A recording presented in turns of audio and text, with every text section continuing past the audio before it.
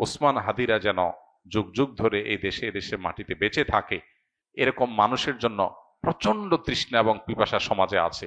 কেউ তাদেরকে উদ্ধারে এগিয়ে আসবে, নেতৃত্ব দিবে, জীবন বাজি রাখবে। অনেক তরুণী তো আমাদের আছে। কজন তরুণ এরকম স্বপ্ন দেখেন? আমরা নামে মাত্র স্বাধীন হয়েছি, আমাদের চিন্তা চেতনায় আমরা স্বাধীন হয়ে উঠতে পারিনি। আমাদের এই সমাজটাতে যে অনাচার, অনিয়ম, আধিপত্যবাদের কাছে গোলামি করা, মাথা নত করা, এই জিনিসটা আমাদের দেশে দীর্ঘদিন থেকে হচ্ছে। আমাদের এখানে এখনো কান পাতলে চতুর্দিকে প্রতিটা ওয়াল থেকে মাজলুম মানুষদের কান্নার আওয়াজ শুনতে পাই আমরা। ইসলাম আমাদেরকে সবসময় সৎ কাজের আদেশ এবং অসৎ কাজে বাধা প্রদান করার কথা বলে, অন্যায় অনাচারের বিরুদ্ধে অবস্থান নিতে বলে। ইসলাম আমাদেরকে বলে সবসময় আমরা নিজের ব্যক্তি স্বার্থের ঊর্ধ্বে অন্যের কল্যাণ সাধনে নিজেকে নিয়োজিত করব। ইসলাম আমাদেরকে বলে আল্লাহর রাহে নিজের জীবনকে নজরানা হিসাবে পেশ করার জন্য স্বপ্ন আমরা লালন করব।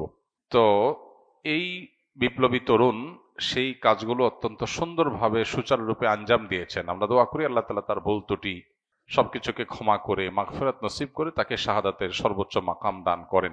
একজন মুসলিম তরুণের জীবনের সার্থকতা কি, এটা এই তরুণ দারুণভাবে বুঝিয়ে দিয়ে গেছেন। আমাদের তরুণদের বড় অংশ তারা ভোগবাদ, খেল তামাশা, আনন্দ বিনোদন, হেয়ালিপনা এসব কিছুর মধ্যে ডুবে থাকে।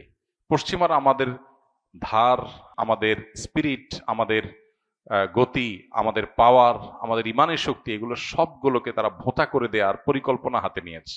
আমাদেরকে নারীতে, মাদকে, বিভিন্ন বিষয়ে তারা আসক্ত করে ফেলেছে এবং এই ভোগের মধ্যে জীবনযাপন করাটাই বা ক্যারিয়ার বা নিজের গণ্ডির সীমাবদ্ধ চিন্তার মধ্যে আবদ্ধ থাকাটাকেই জীবনের লক্ষ্য হিসাবে যেন আমরা বেশিরভাগ তরুণরা আমরা বানিয়ে নিয়েছি। তো এই গণ্ডি ভাঙতে পারা, ভয়কে জয় করতে পারা, মৃত্যুকে ওয়েলকাম করতে পারা, মৃত্যুর জন্য অপেক্ষা করতে পারা, এটা ইমানদারের চরিত্র।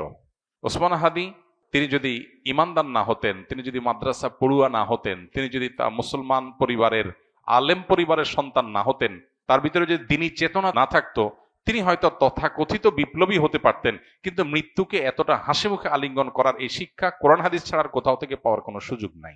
অতএব আমাদের প্রত্যেকটা যুবক কিভাবে তিনি ন্যায়নিষ্ঠ হবেন, কিভাবে তিনি দেশের মানুষকে, মুসলিম মিল্লাতকে অন্যায়ের হাত থেকে রক্ষা করবেন, আধিপত্যবাদের বিরুদ্ধে কিভাবে তিনি লড়ে যাবেন এবং ব্যক্তি স্বার্থ চিন্তা করবেন না, ফ্যামিলি স্বার্থ চিন্তা করবেন না, এগুলোর ঊর্ধ্বে উঠবেন, আল্লাহর উপরে ভরসা রাখবেন, আল্লাহর সঙ্গে সাক্ষাতের প্রত্যাশা করবেন, সেই ন্যায়নিষ্ঠ হওয়ার, অন্যায়ের বিরুদ্ধে প্রতিবাদী হওয়ার, অসৎ কাজে বাধা প্রদান করার শিক্ষা ওসমান হাদি আমাদেরকে দিয়ে গেছেন। আলহামদুলিল্লাহ, আমরা দোয়া করি আল্লাহ তাআলা তার শিক্ষা আমাদের জীবনে ধারণ করার তৌফিক দান করুন এবং আমাদের সবাইকে তার যে ভালো গুণগুলো আছে সেগুলো অর্জন করার। তার মতো আরো অনেক তরুণরা আমরা নিকট অতীতে দেখেছি, তারা দারুণভাবে নিজের কাজটা করে যেতে পেরেছেন, আদর্শ স্থাপন করতে পেরেছেন।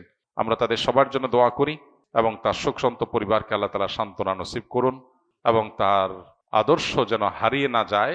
ওসমান হাদিরা যেন যুগ যুগ ধরে এই দেশে এদেশে মাটিতে বেঁচে থাকে। এদেশে মানুষের বড় বেশি তৃষ্ণা, বড় বেশি পিপাসা। কেউ তাদেরকে উদ্ধারে এগিয়ে আসবে, নেতৃত্ব দিবে, জীবন বাজি রাখবে। অনেক তরুণী তো আমাদের আছে। কজন তরুণ এরকম স্বপ্ন দেখেন? কজন তরুণ এই সীমাবদ্ধ চিন্তার ঊর্ধ্বে উঠেন?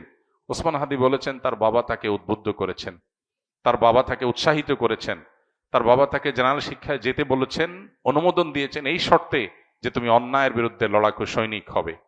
তার পরিবার থেকে তিনি পরিপূর্ণ সাপোর্ট পেয়েছেন।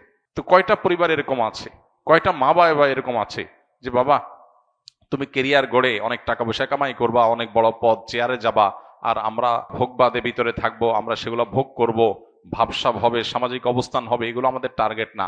আমাদের টার্গেট তুমি মানুষ হও, ইমানদার হও, আল্লাহ ভীরু হও, আল্লাহ ছাড়া কাউকে পরোয়াকারী হইও না, সমাজটাকে পরিবর্তনের জন্য চেষ্টাটা করো। ইমানদারের সার্থকতা হলো সমাজ পরিবর্তন করার চেষ্টা যদি সে করে, চেষ্টা করতে না পারলেও আল্লাহর কাছে সব পরিপূর্ণভাবে পেয়ে যাবে। নবী করিম সাল্লাল্লাহু আলাইহি ওয়াসাল্লামের একটা হাদিস রয়েছে, কোন ব্যক্তি যদি শাহাদাতের আকাঙ্ক্ষা লালন করে, শাহাদাতের তামান্না লালন করে, কিন্তু তার মৃত্যু যদি হয় বিছানায় স্বাভাবিক মৃত্যু, শহীদ যদি সে হতে নাও পারে, আল্লাহর কাছে শাহাদাতের মর্যাদা সে পেয়ে যাবে। অতএব স্বপ্নটা ইমানদারের বড় হতে হবে, চিন্তাটা পরিবর্তিত হতে হবে, চেতনাটা শানিত হতে হবে, পবিত্র হতে হবে, চিন্তাটা উন্নত হতে হবে। নিচু চিন্তা, সীমাবদ্ধ চিন্তা, ভোগবাদের চিন্তা, মোজমাস্তির চিন্তা, শুধুমাত্র হাসি তামাশার চিন্তা, এটা মুসলমানের চিন্তা হতে পারে না। মুসলমান আব্দুল ইবনে ওমরের, বেলালের, আম্মারের, সোহাইবের, ওমর রাদিয়াল্লাহু তাআলা আনহুর, আব্দুল ইবনে আব্বাস রাদিয়াল্লাহু তাআলা আনহুর, খালিদ ইবনে ওয়ালিদ রাদিয়াল্লাহু তাআলা আনহুর, মুসআব ইবনে ওমর রাদিয়াল্লাহু তাআলা আনহুর আদর্শের সন্তান। তারা জীবন বাজি রেখেছেন, সব উৎসর্গ করে দিয়েছেন। আর ভোগ বিলাস এগুলো তো অন্য 10টা ছেলেও করতে পারে, আত্মত্যাগ সবাই করতে পারে না। সামান্য ক্যারিয়ারের চিন্তা নিয়ে আবদ্ধ হয়ে থাকা, সীমাবদ্ধ চিন্তার মধ্যে আবদ্ধ থাকা, এটা তো পৃথিবীর সব যুবক তরুণী করে। আমি ব্যতিক্রম, আমি ইউনিক, আমি ভিন্নতর, আমি মুসলিম, আমি অন্যরকম, এই বিষয়টা সবাই পারে না। এটার জন্য দরকার কোরআন এবং হাদিসের ইন্সপিরেশন, এটার জন্য দরকার কোরআন হাদিসের শিক্ষা, এটার জন্য দরকার হলো পারিবারিকভাবে সাহায্য, তাদের সহযোগিতা, তাদের সমর্থন। আল্লাহ তাআলা আমাদের তরুণদেরকে সবকিছু হাসিল করার তৌফিক দান করুন। আমাদের এই সমাজটাতে যে অনাচার, অনিয়ম, আধিপত্যবাদের কাছে গোলামি করা, মাথা নত করা, বিদেশিদের কাছে নিজেদের সবকিছুর বর্গা দিয়ে দেওয়া, এই জিনিসটা আমাদের দেশে দীর্ঘদিন থেকে হচ্ছে। আমরা নামে মাত্র স্বাধীন হয়েছি, আমাদের চিন্তা চেতনায় আমরা স্বাধীন হয়ে উঠতে পারিনি। আমরা পরিপূর্ণ স্বাধীনতার স্বাদ ভোগ করছি না। আমাদের এখানে এখনো কান পাতলে চতুর্দিকে প্রতিটা ওয়াল থেকে মাজলুম মানুষদের কান্নার আওয়াজ শুনতে পাই আমরা। আমাদের এখানে এখনো ন্যায় বিচার প্রতিষ্ঠা হয় নাই। আমাদের এখানে অন্যায় করে এখনো মানুষ পার পেয়ে যায়। এগুলো থেকে উদ্ধার করে একটা সুন্দর সমাজ বিনির্মাণ হবে, অন্যায়ের বিরুদ্ধে মাথা ছাড়া দিয়ে মাথা উঁচু করে কথা বলবে, এরকম মানুষের জন্য প্রচন্ড তৃষ্ণা এবং পিপাসা সমাজে আছে। দরকার কিছু তরুণের, দরকার কিছু যুবকের।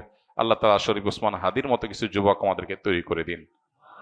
তার যে সাহসিকতা, মৃত্যুকে উপেক্ষা করার, মৃত্যুর ভয়কে জয় করার, ভয় পাওয়ার যে সংস্কৃতি আমাদের দেশে আছে, বাবা ভয় পায়, মা ভয় পায়, স্বামী স্ত্রী ভয় পায়, নিজে ভয় পায়, সবাই ভয় পায়, ক্যারিয়ারের ভয়, ব্যবসা নষ্ট হয়ে যাওয়ার ভয়, চাকুরির ভয়, এই ভয়কে জয় করার জন্য কলিজা লাগে। আল্লাহ তাআলা সেই কলিজা, সেই সাহসিকতা, সেই ইমানের শক্তি আমাদের সবাইকে নসিব করুন। এবং আবারও দোয়া করি আল্লাহ তাআলা এই বিপ্লবীকে, এই তরুণকে তার ভুল ত্রুটিগুলোকে মাফ করে কিয়ামতের ময়দানে শহীদদের কাতারে সর্বোচ্চ সম্মানের সাথে তাকে শামিল হওয়ার তৌফিক দান করুন।